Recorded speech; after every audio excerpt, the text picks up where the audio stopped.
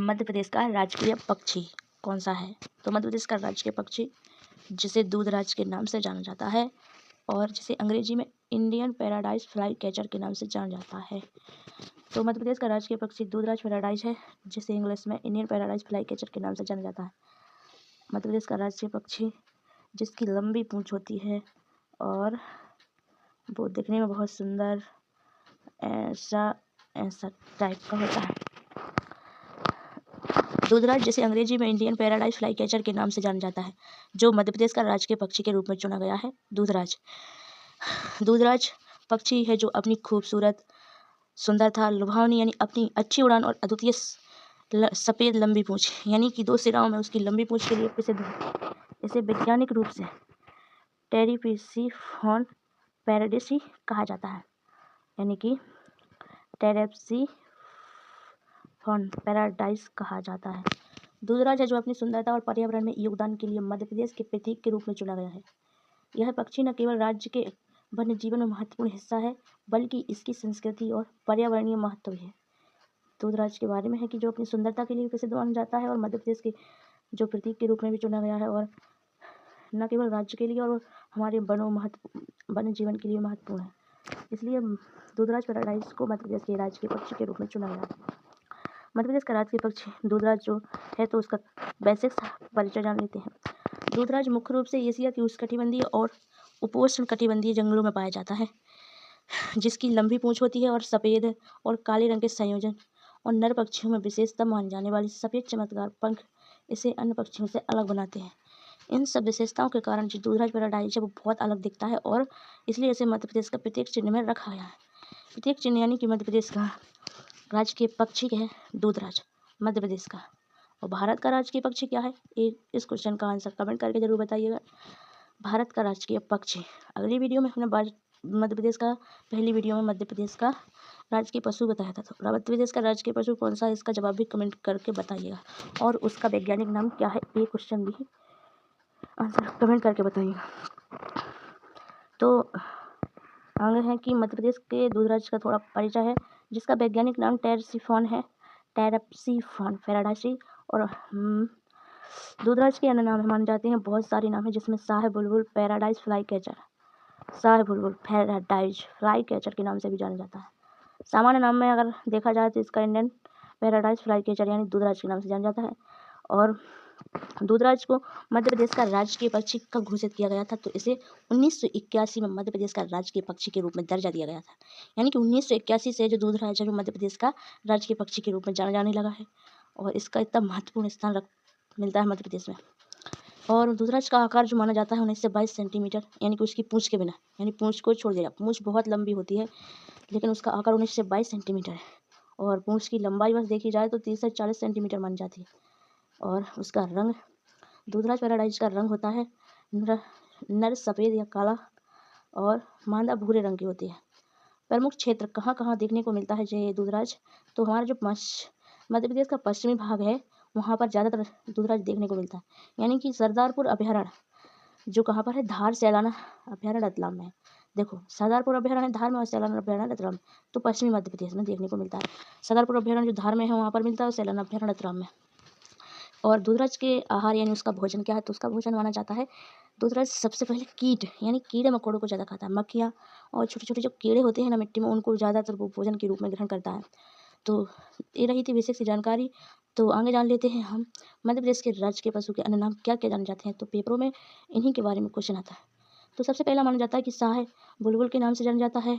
शाह बुलबुली, स्वर्गीय नर्तक और सिरफिरे, राज बुलबुल, पैराडाइज फ्लाई कैचर, ये 6 नाम हैं जो दूधराज के अन्य नाम हैं। इनको जरूर याद रखना, तभी तो, क्योंकि 6 के 6 नाम है, 6 से।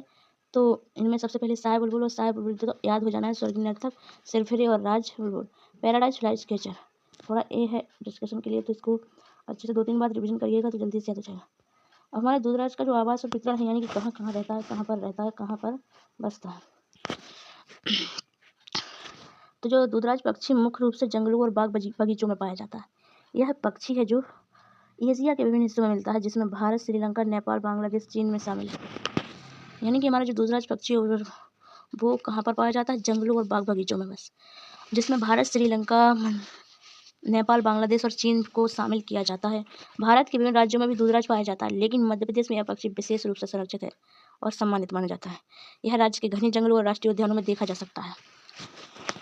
मध्य प्रदेश में दूधराज पैराडाइज का क्या महत्व है, इसको जान लेते हैं। तो मध्य प्रदेश में दूधराज को 1981 में राज्य के पक्षी के रूप में घोषित किया गया, जिसकी खूबसूरती और पर्यावरणीय महत्व के कारण इसे राज्य का प्रतीक चुना गया है। इसकी खूबसूरती और पर्यावरणीय यानी हमारे जो पर्यावरण में महत्व है उसके लिए इसे राज्य के प्रतीक के रूप में चुना गया। यह पक्षी राज्य के प्राकृतिक सौंदर्य और वन्यजीव संरक्षण के प्रतीक के रूप में देखा जाता है। दूधराज के पर्यावरणीय लाभ। दूधराज है जो पक्षी कीट भक्षी है, जो पर्यावरण में कीटों की संख्या को नियंत्रित करने में मदद करता है। यह प्राकृतिक रूप से पर्यावरण में संतुलन बनाए रखता है और कृषि में भी लाभकारी साबित होता है। किसान इस पक्षी को अपने खेतों में कीटों को नियंत्रित करने में मददगार मानते हैं। जो कीटों का नियंत्रण है, इसके लाभ कौन कौन से हैं? यानी कि जो कीटों में नियंत्रण करते हैं, पौधों का परागण, पारिस्थितिक संतुलन, प्राकृतिक सौंदर्य और पर्यावरणीय संकेत। इसको देख लीजिएगा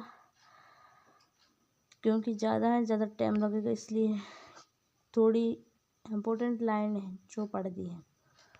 मध्य प्रदेश में वन्य जीवन में दूधराज का क्या योगदान माना जाता है? तो मध्य प्रदेश के राष्ट्रीय उद्यान जैसे कि कान्हा राष्ट्रीय उद्यान, बांधवगढ़ राष्ट्रीय उद्यान और सतपुड़ा दूधराज के आदर्श आवास स्थल है। यह पक्षी इन क्षेत्रों में आसानी से देखा जा सकता है और यहाँ के पारिस्थितिक तंत्र का महत्वपूर्ण हिस्सा बन चुका है। दूधराज का अस्तित्व इन क्षेत्रों में जैव विविधता को बनाए रखने में सहायक है और यह वन्यजीव पर्यटन के आकर्षण का एक प्रमुख केंद्र माना जाता है। संरक्षण के प्रयास कैसे चल रहे हैं? तो मध्य प्रदेश सरकार ने है जो दूधराज और अन्य पक्षियों के संरक्षण के लिए कई महत्वपूर्ण कदम उठाए हैं। यह पक्षी वन्यजीव संरक्षण कानूनों के अंतर्गत संरक्षित है। राज्य के विभिन्न वन्यजीव अभयारण्यों और राष्ट्रीय उद्यानों में इसे संरक्षण प्रदान किया गया है। पर्यावरणविद और पक्षी प्रेमी भी इसे संरक्षित करने के लिए सक्रिय भूमिका निभा रहे हैं। दूधराज से संबंधित रोचक और महत्वपूर्ण तथ्य माने जाते हैं, तो इनको देख लेते हैं। जैसे कि नर दूधराज की पूंछ मादा की तुलना में अधिक लंबी होती है, वह सफ़ेद होती है, जबकि मादा भूरे रंग की होती है। यह पक्षी लंबी दूरी तक उड़ान भर सकता है और अपने भोजन की तलाश में पेड़ों के बीच बीच इधर उधर घूमता रहता है। दूधराज एकल जोड़ी या छोटे समूह में पाया जाता है। इसके घोंसले छोटे और गोलाकार होते हैं, जिन्हें यह पेड़ों की शाखा पर बनाते हैं।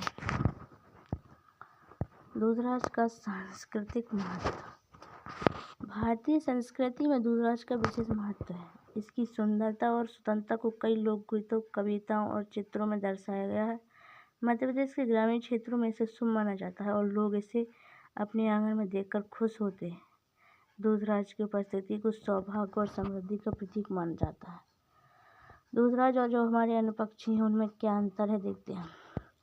दूधराज अपनी अनूठी लंबी पूंछ और सफ़ेद रंग के कारण अन्य पक्षियों से अलग दिखाई देता है। अन्य पक्षियों के मुकाबले इसकी उड़ान शैली भी विशेष होती है। इसे जंगलों में ऊंची शाखाओं पर बैठकर अपने शिकार का इंतजार करते हुए देखा जा सकता है। इसका प्रमुख भोजन जो छोटे छोटे कीड़े मकोड़े होते हैं, मक्खियाँ होती हैं, ऐसे और उससे अलग बनाता है। जैसे कि दूधराज की लंबी पूंछ, सफ़ेद रंग और मोर की रंग बिरंगे पंख होते हैं। बुलबुल ऊर्जावान गीत और छोटा आकार होता है। कौवा का अत्यधिक बुद्धिमान और सामाजिक होता है। गौरैया का छोटा आकार और चंचल स्वभाव होता है। पर्यटन और पर्यावरण के लिए योगदान।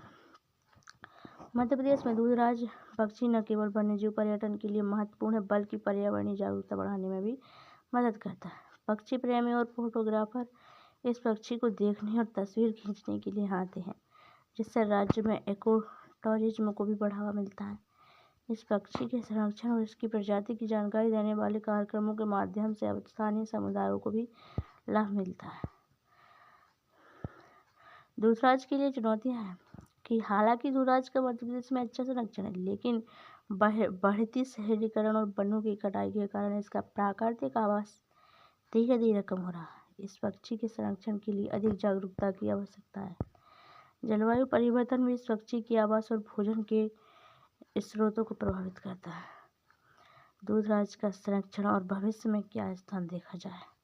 दूधराज के संरक्षण के लिए सबसे महत्वपूर्ण कदम यह है कि इसके प्राकृतिक आवासों को सुरक्षित रखा जाए, वनों की कटाइयों को रोकना चाहिए और पारिस्थितिक तंत्र यानी हमारे पर्यावरण को सुरक्षित बनाए रखने के लिए अच्छे अच्छे कदम उठाने चाहिए। स्थानीय समुदायों को भी इसके संरक्षण के महत्व के बारे में जागरूक किया जाना चाहिए और सभी व्यक्तियों को इस जागरूकता के बारे में बताया जाना चाहिए। तो आज का निष्कर्ष यह निकलता है कि मध्य प्रदेश का राजकीय पक्षी दूधराज राज्य की प्राकृतिक धरोहर का प्रतीक माना जाता है। इसकी आदतें सुंदरता, पर्यावरणीय योगदान और सांस्कृतिक महत्व से विशेष बनाते हैं। राज्य और देश के वन्य जीवन के लिए यह महत्वपूर्ण है कि हमें इसे और इसके आवास को संरक्षित रखें। दूधराज का संरक्षण न केवल पर्यावरणीय संतुलन के लिए आवश्यक है, बल्कि यह हमारी आने वाली पीढ़ियों के लिए भी अमूल्य धरोहर है, ताकि आने वाली पीढ़ियाँ हमारी इस सुंदरता को देख सके। इसकी दूधराज की जो सुंदरता मानी जाती है सभी लोगों के पास पहुँचाए। तो आज के लिए इतना ही, फिर मिलेंगे। जय हिंद, जय भारत।